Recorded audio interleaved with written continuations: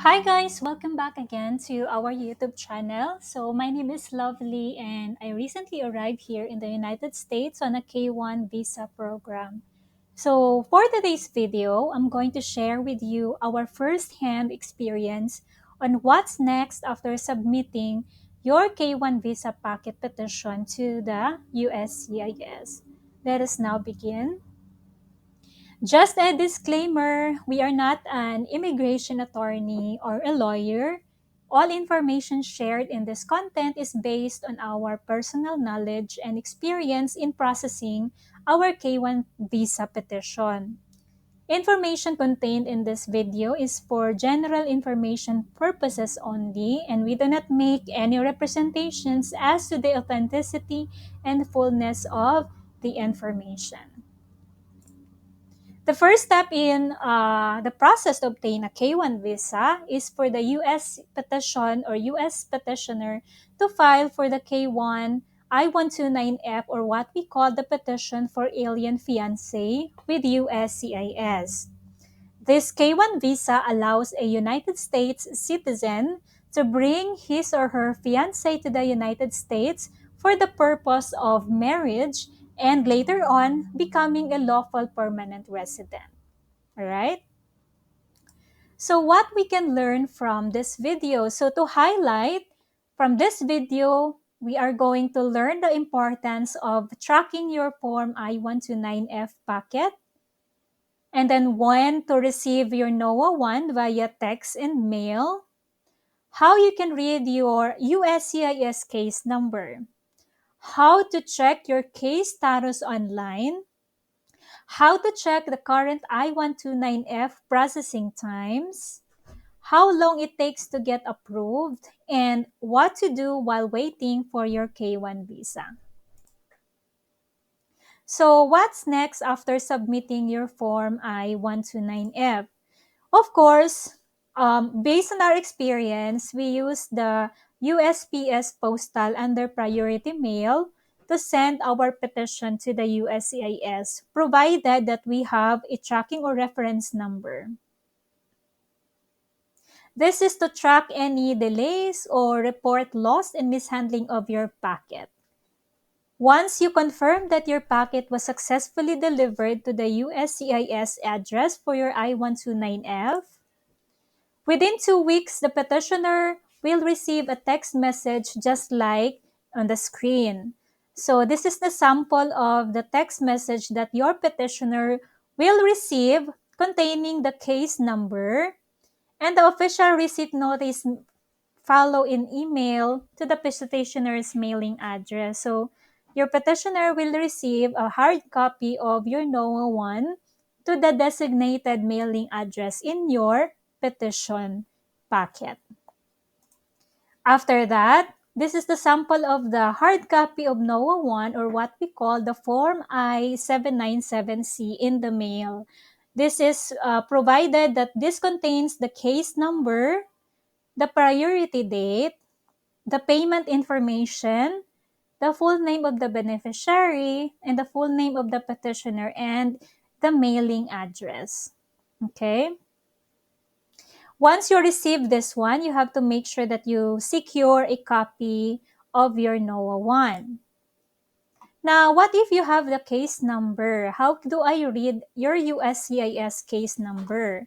To be able to determine what service center is processing your K1 visa, the first three letters of your case number designates the USCIS Service Center code. Currently, only the California Service Center or California Service Center is processing K1 visa petitions. So for California, it starts with WAC or your WAC number, followed by the year, the working day number, and the USCIS case number. Once you understand and you know fully what service center is processing your case, let us now check or how your case can be checked online. Visit the official website of USCIS to check your case status. You can also sign up or register your account and log in. And then, once you're logged in, you can add your case to your account, just like on the screen below. So after I logged in, I just go to my account and then add a case to your account and then enter the case number under the tab receipt number and add case. After this is a sample screenshot of a case status that you can always check from time to time in your online USCIS account. So this is the sample of the screenshot wherein you can see the case status or the case history of your petition. Once you have that ready, let us now check the processing time of I-129F in a designated service center. So to check the processing time, we can always go back to the USCIS website and you can click the check processing times of cases. For I-129F, you can just simply select under form is Form I-129F or Petition for Alien Fiancé from the drop-down. And the form category is K1 and the field office or service center. So you have to choose. For this example, we chose the California Service Center and then click the get processing time so you have an idea how long it takes for the USCIS to process your form I-129F petition. In the website, it says that in California, the average or 80% of cases are completed within 13.5 months. In our case, last year, so we waited for 12 months to be able to receive our approval. I heard this time that people are receiving approvals in as early as 8 months or less than that. So that's a good news, guys. Okay, so now that you have your case number, aside from the online account in USCIS, you can also download the USCIS Case Tracker app from your phone, just like in the screen below. Download it and then you can simply add your case status there. And from time to time, you can also check your status from your phone without accessing your website account in USCIS, just like in the screen. Okay, so after that, another thing is, since I have my website account, I have also the case tracker app in my phone. I have this website that is providing a forecast or statistics of the current processing of I-129F. So this is not a sponsored video. I'm just sharing with you that this is website is very helpful to us because I was able to keep track what does the current case backlog look like right now in USCIS. So they will give you an idea what's the current backlog, and you can also check how many cases is USCIS processing. It can be daily. They can provide statistics on a weekly or monthly basis. So at least you have an idea what is the current month of the processing look like. All right. So you have an idea now. Another helpful tips is you can also join Facebook support groups for people who are waiting or currently processing for the I-129F, just like in the screen below. So this group is very helpful. If you have questions or comments, you can also post your question in this closed group and somebody will always help you and answer your questions and attend to you appropriately. So this group is willing to help you with your K1 visa question or K2. So you can just, be careful because sometimes there are, scammers and links that we don't know. You have to be very careful when you engage with somebody in a closed group as well.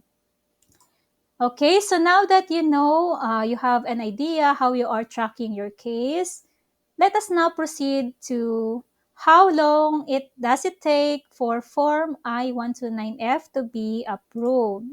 So let us first understand the Form I-129F application flow. So when we say case was received, it means to say that this is the first status we'll receive in the entire process of USCIS, handling your application. This status means USCIS just received your case and will then begin to process your application. This is what they call the beginning of a potentially long process. What does it mean when USCIS says case rejected or this status below appeared to your online account? So the USCIS case status rejected means that you didn't file your K1 visa form I-129F correctly. So USCIS did not review your case, and if USCIS rejects your case, it will return to your original filing fee. Some common issues that lead to rejection include the filing incorrect form version, paying an incorrect fee amount, and not signing a form. All right? If you see the case rejected status on your USCIS account, you'll need to refile your application and pay your filing fee to move forward with your immigration application. If you aren't sure how to correct the mistake after reading this article, you may want to contact an attorney for help with your case. All right? Now, what about if the USCIS says case denied? So when you see this status in your account, it means to say that the USCIS, it means that the USCIS has received and reviewed your Form I-129F and decided not to grant your K1 visa petition. If USCIS denies your case, it will mail you a denial notice explaining why. I understand it can be very stressful to go through months of processing for a fiancé visa only to find out that your case have been denied. And if this happens, you may want to get legal advice about your next steps, okay? What about if USCIS says case was approved? So if your case was approved, this means to say that USCIS has reviewed your Form I-129F application and the USCIS determined your eligibility and decided to grant your fiancé visa. Okay? It means congratulations, you got approved. How about if the status in your online account says request for evidence or what they call the RFE? So when USCIS determines that it needs extra information to make a decision on your immigration case, it will send you a request for evidence or what we call the RFE. The USCIS guys will send it to the mailing address you listed on your application to the petitioner's mailing address and explaining what a USCIS request for evidence is and how to avoid your RFE and how you are going to respond to the USCIS RFE if just in case you received one. Okay? So these are the common reasons of Form I-129F cases are getting rejected or denied. So USCIS updates rejection criteria for Form I-129F. These include but not limited to, of course, people would forget to to sign the petition as necessary. So lack of signature or incorrect fees or unauthorized third party signing on behalf of the petitioner. So this one your case will have or will be rejected right away. So these are some of the possible reasons when your K1 fiancé visa may have denied. Number one, it could be an insufficient evidence of a genuine relationship. It could be no proof that the fiancé have met in person as required by K1 visa guidelines. Number three, one or both fiancés are ineligible to marry. Number four, the K1 visa sponsor fails to meet the income requirements to petition his or her fiancé.